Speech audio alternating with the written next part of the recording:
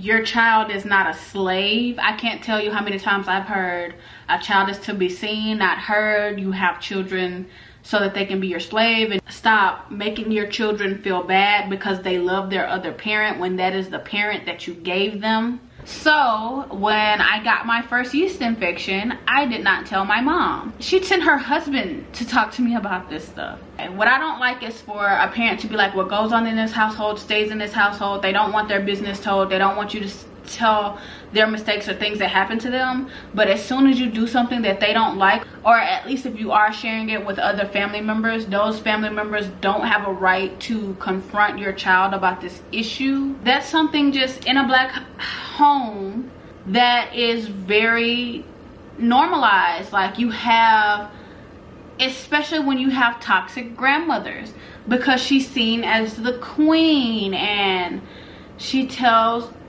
like, it's just like they get in a room and it's just a whole fest of tearing someone down. And then you have to, and then what parents need to understand is other people don't see your child the way you see them. So even though you feel like at the end of the day, I know my child isn't really like this, how a lot of Black parents make you feel like you owe them something because they are your parents. A lot of people walk around and tell their kids, oh, you had a better childhood than me, and they think that that means something, when all it is that so you can provide me with a better lifestyle or a better childhood, but you're choosing not to selfishly because you didn't have a good childhood.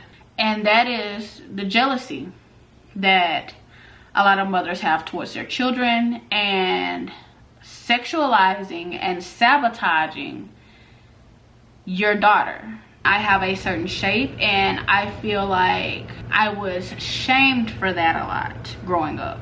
If they're trying to be fast, people are quick to call a Black girl fast. So my mom would always call me gay and kind of taunt me and be like, I guess I'm gonna have to depend on your sister and your brother for grandkids, because you're never gonna give me any because you're gay. And so much so that I actually thought I was gay.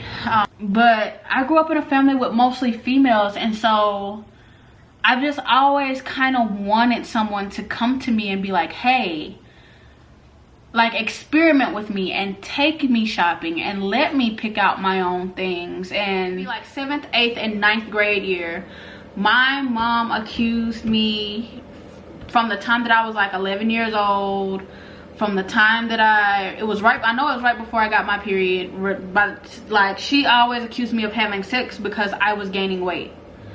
I am a growing child. She would accuse me of having sex because of the way I ate. She'd accuse me of being pregnant. She'd accuse me of just all these different type of things because I was not a child anymore.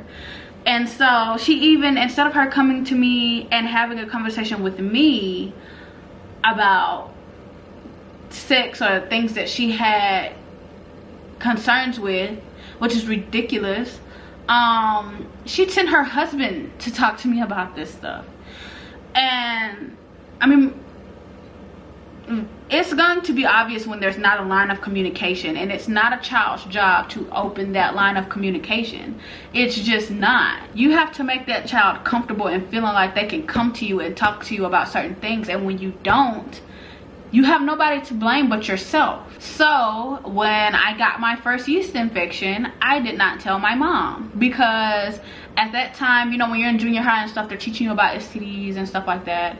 And I know around that time it was really popular to kids, because we were immature, to say that, oh, you got crabs and stuff like that. And I knew crabs was like something that makes you itch and stuff. And so I had my first yeast infection, and I had that yeast infection for so long, because to the point to where I started walking funny because I was so itchy and stuff like that. But I didn't feel comfortable going to my mom and telling her that I had a yeast infection, because I thought she would accuse me of having an STD, because she would accuse me of having sex. And it's just like, when am I even gonna have sex? Like, am I having sex at school? Like, I don't know. But because she instilled that fear in me, and I didn't feel comfortable talking to her about it, about something going on with my body, especially down there, like when she finally did, realized that I was walking funny. She caught me in her room and she was like, you need to tell me what's going on because you walking funny and I could tell something's wrong and this and that. And I finally told her, and she called me dumb because I had a yeast infection and I didn't tell her. So, you know, I was stupid.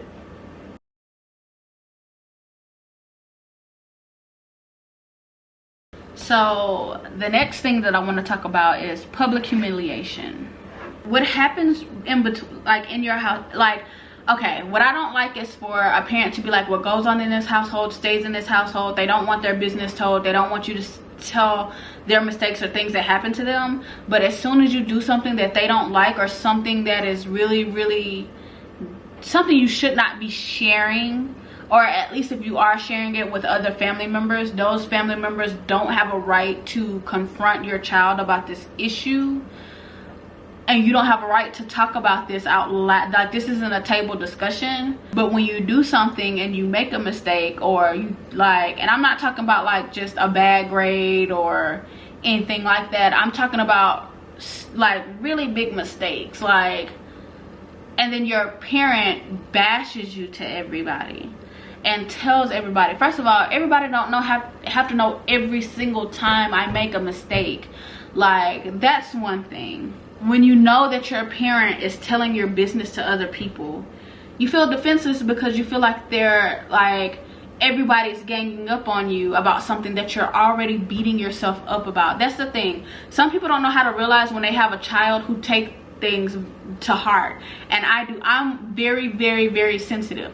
I cannot take when I make a mistake. I'm not one of those people who's able to laugh at myself. I am now, but then I wasn't one of those people who could laugh at themselves or understand that, you know, a mistake is a mistake. So then when you're taking, you know, what you get from your parents when you make a mistake, when I'm taking, like, I'm already beating myself up about it, and then I have to hear it from my parent, and then when I go places like that I am supposed to feel safe, like, because no matter where you go, like when you're in a toxic household, when you're in another family member's house, or when you leave the house, you are supposed to feel a relief of, okay, I'm not. But when you're like being attacked and being reminded of the things that are going on in that house, like, it does not feel good. So yeah, and then you have to, and then what parents need to understand is other people don't see your child the way you see them. So even though you feel like at the end of the day, I know my child isn't really like this, which I don't really feel like my mom felt this way, but as a parent you can feel like, oh well, I don't really think, you know, my child is stupid, or I don't really think my child is this or that. But then you're on the phone talking to somebody else, they really think your child is stupid. Like, because especially if you are not praising your child nearly as much as you are destroying their character to people, people are not gonna have the best view of your kid. And then when your kid comes around, that helps mold the perception that somebody else has of your child. And you don't understand that, especially when you're having these conversations in front of that child, how now you've altered the relationship between the child and the family member that you're gossiping to. Because now I feel ashamed about my behavior, and we all have done this. When you do things and you get in trouble and you feel ashamed, you hide from your parents. Now I'm going to hide from this adult. I don't want to be around this adult because I don't want any more criticism. I don't want them looking at me a crazy way when I'm around them. That's all I'm gonna think about. I have anxiety. I don't want to think about it. And then some people are pushy and feel like because their parents have told you stuff, they can then come and talk to you about it.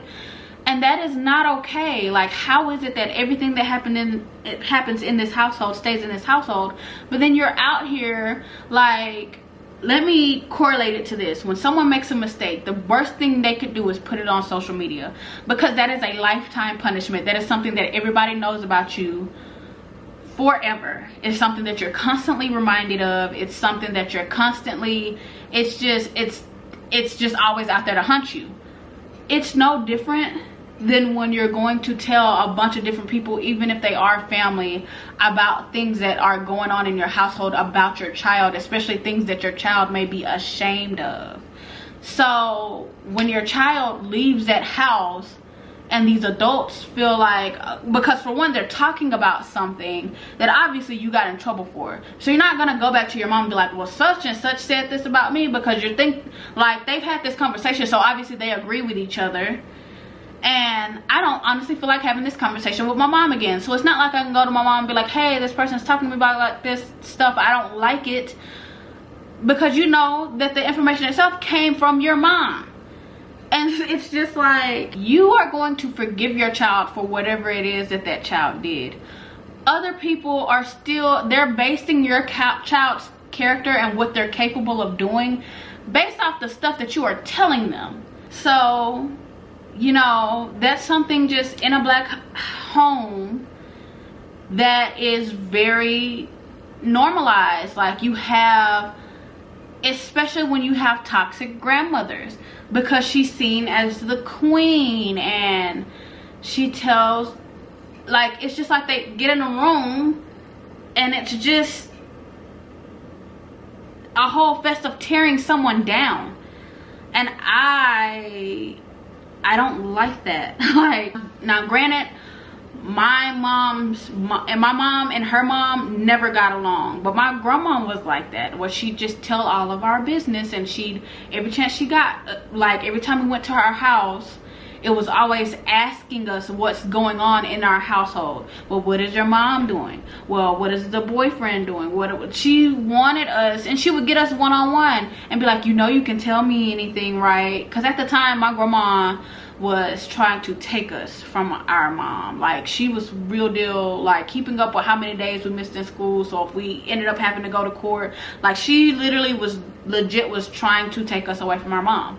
But my grandma also has toxic traits, and we didn't want to live with her. And so I think that's the main thing that just killed me from telling my grandma a lot of stuff, because I don't like that trait. I don't like that characteristic. I know if I tell you, you're gonna tell her, and then I'm gonna get in trouble because you're gonna try to throw that in her face or start an argument with her, and then I have to go home with her.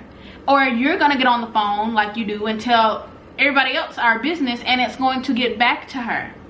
So why would I tell you anything? The worst thing there is to be caught up in between grandma and mother, like, problems, like the problems that they have with each other. I just but moving on to my next point, because yeah, how a lot of black parents make you feel like you owe them something because they are your parents. And I see this a lot in especially black children, black girls, where when you grow up, a lot of people base, like, a normal person, when you do something wrong, it's a reflection of your parents.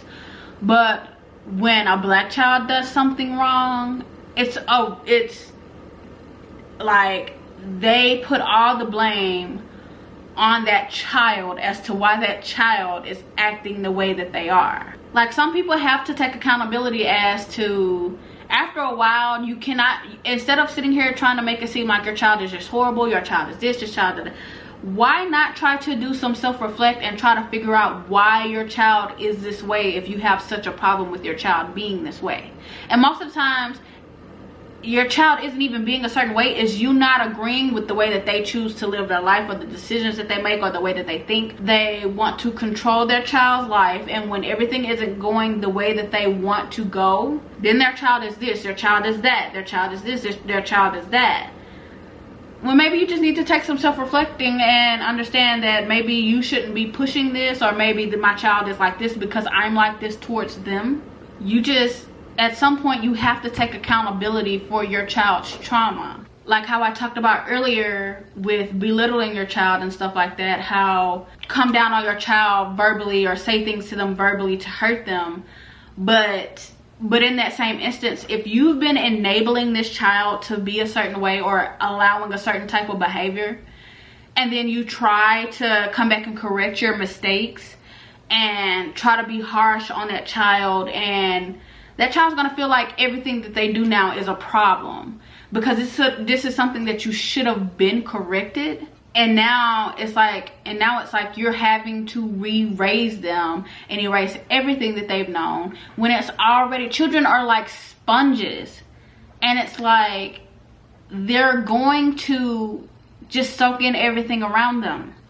And that's gonna mostly include your toxic traits. And it takes a lot of healing and reality checks and just a lot of things that child has to come to the realization of, for that child to even come out of it. I had a lot of traits of my mom. As hard as I tried to not, I always said, I'm never gonna be like my mom, I'm never gonna do this, I'm never gonna do that, and still had a horrible attitude at some point like my mom, and just had a way of thinking like my mom at sometimes. And I was disgusted with it, and I changed it because I saw how that attitude looked on somebody else, and I saw how just disgusting it makes you as a person, how disgusting it makes you look as a person, how it makes nobody want to be around you.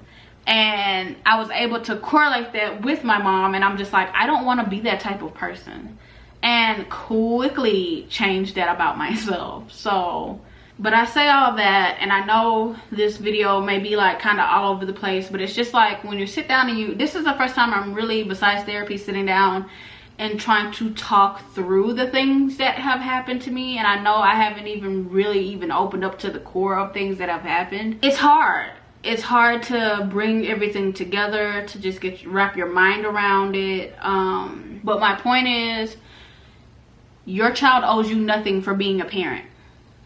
All you can do is try your best and have the best relationship with them, to where they want to still have a relationship with you when they are an adult. But they 100% do not owe you that relationship. They don't. A lot of people walk around and tell their kids, oh, you had a better childhood than me, and they think that means something, when all it is that so you can provide me with a better lifestyle or a better childhood, but you're choosing not to, selfishly, because you didn't have a good childhood. That is so selfish, because a lot of these people had very traumatic childhoods, to where they don't even have a good relationship with their parents to this day. But they feel like they should put you through the same thing, because why? I still don't understand that. I don't know if they think it's making you a strong person. I don't know if they think that it's gonna make you turn into how they are and the way that they think. I don't know. But I've never understood that. Stop making your children feel bad because they love their other parent, when that is the parent that you gave them. I'm gonna say that one more time. Stop making your children feel bad for loving their parent, something that they should not feel bad for, when you chose that parent for them. Your child is not a slave. I can't tell you how many times I've heard a child is to be seen, not heard. You have children so that they can be your slave and do all the things that I've literally been told, you have children so that they can be your slave and do all the things that you don't want to do. And when you're old enough to have children, then you can have children to do the things that you don't want to do. But for right now, you're going to do the things that I don't want to do. Like, something that pissed me off so bad is, my grandmother, love her to death, but she's the type of grandma, when you go to her house, she'll call your name and you'll come see what she wants, and she'll just point. And then when you don't understand what she's wanting you to do, she gets angry and mad at you, and she's like, pass me this or do that. And I'm like, it would frustrate me so much, because it's like, you are not a child, you have a mouth, what do you want? Like, and the fact that adults feel like kids can't get tired, or kids don't deserve breaks. Like, I understand, yes, us all as like kids and stuff, we have a responsibility to pick up with the dishes, or help with the dishes, or do the dishes, do the laundry, in my case, cook. I had to learn to cook, and the more I learned to cook, the more I had to cook. because my mom wanted to make it a goal where instead of her cooking dinner at night, I cooked dinner at night. Our job was cleaning the entire kitchen. It wasn't just wash the dishes. When you wash the dishes, you wipe down the counter, you sweep, you mop, you everything. And my thing is, adults don't even do that every day. Adults don't even do that every day. But waking a child up out of their sleep at 3 a.m. when they have school the next morning and feeling like, oh, well, you're a child and school isn't tiring. And when you have a child, especially who's hard at focusing and is constantly getting in trouble at school for daydreaming when really they have anxiety and they're zoning out, and not realizing really how hard school can be and how exhausting it can be, and that even children need mental health days when your child especially is suffering from mental health, but you don't understand that or can't see that because you don't believe in it.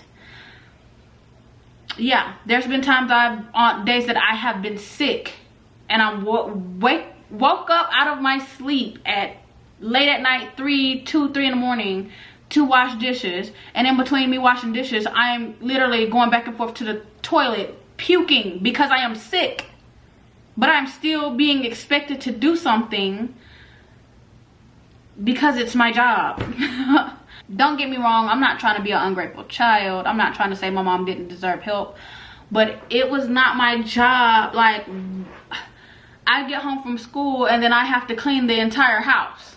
I don't want to. My mom she still has this problem sometimes. I don't know if it's gotten better because, like, I haven't lived with her in a long time, but my mom does not pick up after herself, and it gets bad. It was my job to clean her room. It was my job to organize her closet and clean out her closet. It was my job. Like, I had the entire house, the entire house, the bathroom, her room, the living room, my room, the kitchen, the dishes, the laundry, the cooking, all of that was my job. And at first it started with, oh, clean my room, I'll give you $5, or do this and clean my room and I'll do this for you, to that just being a part of cleaning the house, that being my job. And like I said, these weren't little messes. Like, it wasn't, when you're living in a house with a parent who's not cleaning at all, like at all, it gets bad. And I don't know if you guys don't know how mental health works a lot, especially if you already have a bad mental, state, being in an environment like that will make it worse. It makes, like, just being in a cluttered room can cause you to be depressed if you're in it for long enough for a period of time. And so it's just like, I don't know. I'm gonna move to my next topic because I'm getting a headache. So now I want to talk about the main thing that I think a lot of people go back and forth with, a lot of people talk about, and that's been made a really big stereotypical point when it comes to Black mothers and daughters. And that is the jealousy that a lot of mothers have towards their children, and sexualizing and sabotaging your daughter. Like I told you guys, my mom always accused me of having sex and, like, just doing different things over the most unrealistic things because I'm a growing child. But something else that I kind of want to touch on is, I don't know if you guys have noticed this, but I'm a very bottom heavy girl, and I have a certain shape, and I feel like I was shamed for that a lot growing up. My mom dressed me like a boy. My mom dressed me very ugly. Even my school uniforms a lot of times would be big and baggy and falling off of me. I remember me going into the 9th grade and my clothes were so big. I was so embarrassed, and people just think that when girls want clothes that are more fitting to them, that they're trying to be fast. People are quick to call a Black girl fast over the most stupid things. Growing up, I wasn't allowed to pick out my clothes. My mom never took me shopping with her. If she did, it's because she wanted to see something on me. But I was never allowed to pick anything out. She picked all my clothes out for me. And if she knew what size, like, as I was growing, of course your parents have to take you to try on certain things. But when it came to her knowing my size with different stuff, like I wasn't allowed to go shopping with her when she shopped for my clothes. I would wear boys' shoes. Now one thing I can say is I did get to pick out a lot of my shoes, but the issue with my shoes, my mom would buy my shoes insanely big. So there would be times that, like, when my class is going outside to play or something like that, I'm literally outside. I can't run or play because I'm literally running out of my shoes because they're so big. Like, and of course your parents say, oh, you'll grow into them. But it's like, I don't know. And I just always got that, well, you'll grow into them. Or like I said, well, I'm not buying you that. You trying to be fast and da da da da. When it came to just me wanting clothes to fit me, to make me look like a girl. I literally had to wear belts with my clothes because if I didn't, my clothes would fall off of me. My school shirts sometimes were like dresses. They were just so big and ugly, and I didn't like it. And this even became an issue as I moved with my dad, because something that a lot of people don't realize is, and it's not their fault, but I would always get picked on and be called a dude because of the way I dressed. But what a lot of people didn't know is a lot of the clothes that I had, I didn't pick out myself. And my mom wanted me to be one of those girls that had boyfriends in school or had crushes in school. And you know, when I had my phone, my mom would always call me gay because I never text any boys, or I never had any boyfriends, or I never talked about boys.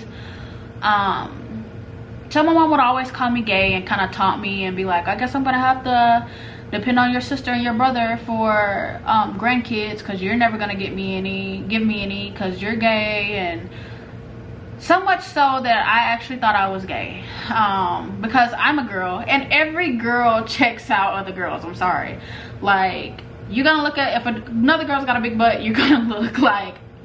But because my mom kept telling me that I was gay, I really thought that, okay, well, maybe I'm doing that because I'm gay, and it's not normal for me to do that, because we're not talking about stuff like that at that age. So I thought I was gay, and I was so scared to act on it, because one, I would only act on it with someone I'm comfortable with, which is I thought all of my friends were beautiful girls. And so I was faced with, if I do try to act on this, I'm probably gonna lose my friends. And then like I said, I got picked on and bullied a lot. So is this really something else that I want to add to the list of being picked on for? Like, now I'm gonna be the weird girl that likes girls. And back then, being gay now is not how it was back then. And I think that has pretty much been established, that it isn't as nearly as acceptable now as it was back then. And I know that's something that would probably have mortified my mom. Like, even though she called me gay and all this stuff like that, it's the fact that she was already bashing me for it and I wasn't, that said a lot. And so when I moved in with my dad, I think that's why I internalized that joke so much of being called a dude and being called, you know, just because I wanted to be girly. I wanted to wear certain things. I wanted to be into jewelry. I wanted to be into purses. I wanted to be into all this stuff.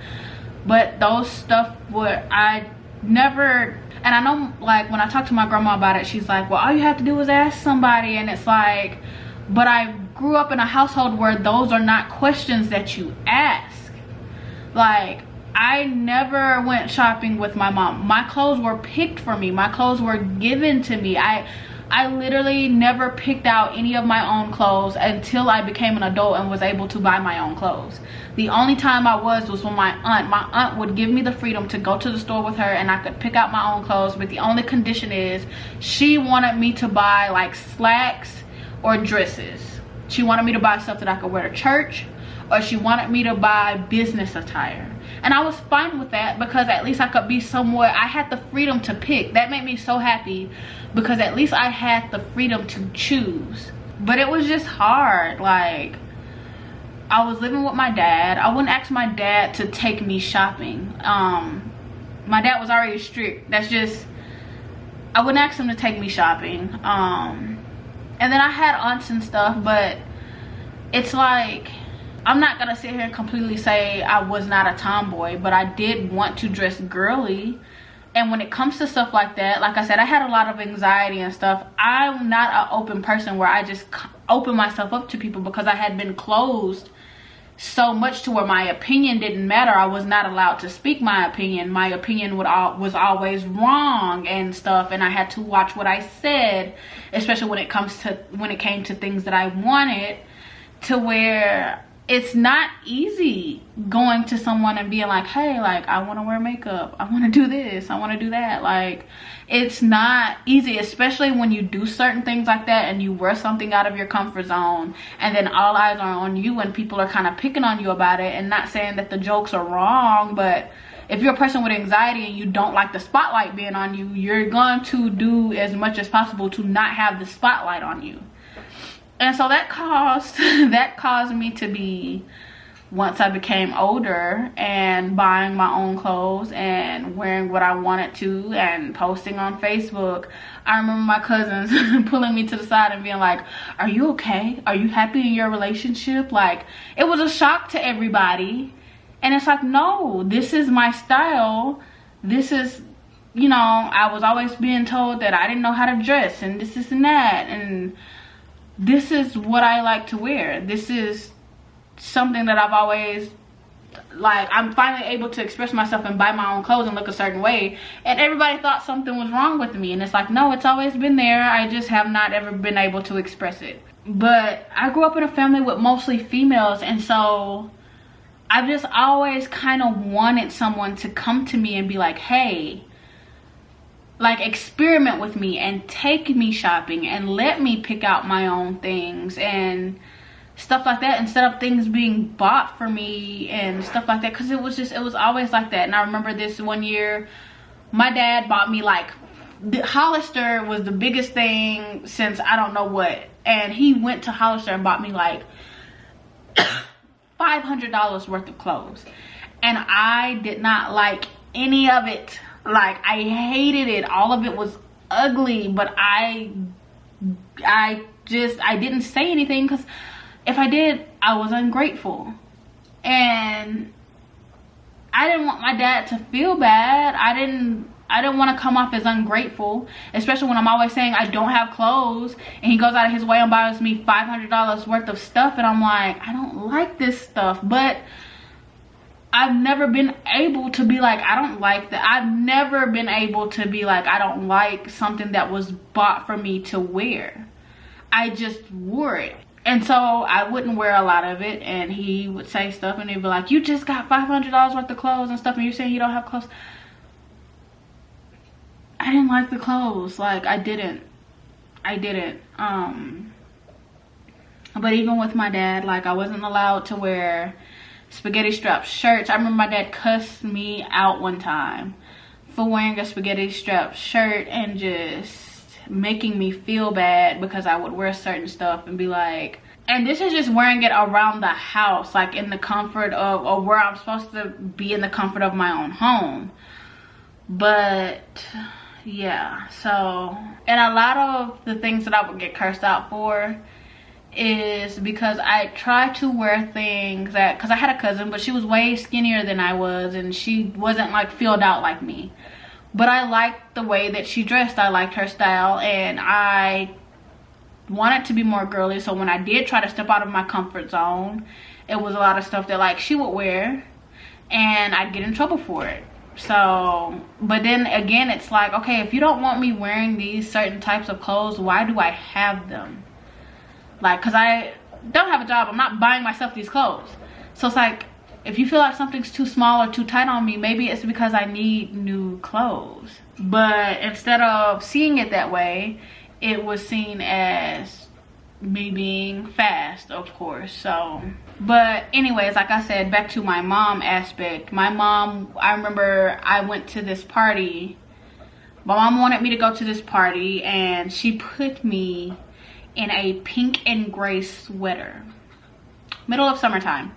She put me, it wasn't a sweater, it was a vest. She put this pink and gray vest on me with a white collared shirt and some blue jeans, I want to say.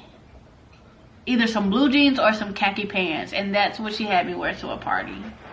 I didn't want to wear it, I didn't like it, and I told her I didn't like it, and I remember her getting so mad at me and like just, oh well, you're not going and stuff. And I was perfectly fine because, like I said, I had anxiety. I didn't care about parties and stuff then. This wasn't a party that I said, Mom, can I go to this party?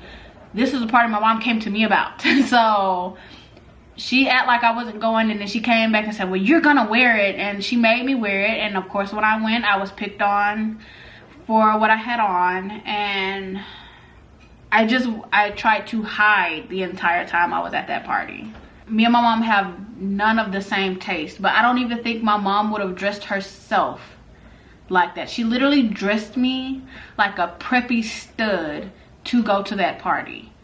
Like, I wore hair bows in my hair, like on the bus going to middle school and high school, like the 9th grade year. I remember taking the barrettes out of my hair to go to school, and then on the bus going home putting them back in my hair so my mom couldn't tell, because I was absolutely 13 years. I'm too old to have hair bows, and nobody else in my class had barrettes in their hair or hair bows in their hair like that. I literally had child barrettes in, like my hair plaited up, and child barrettes in my hair.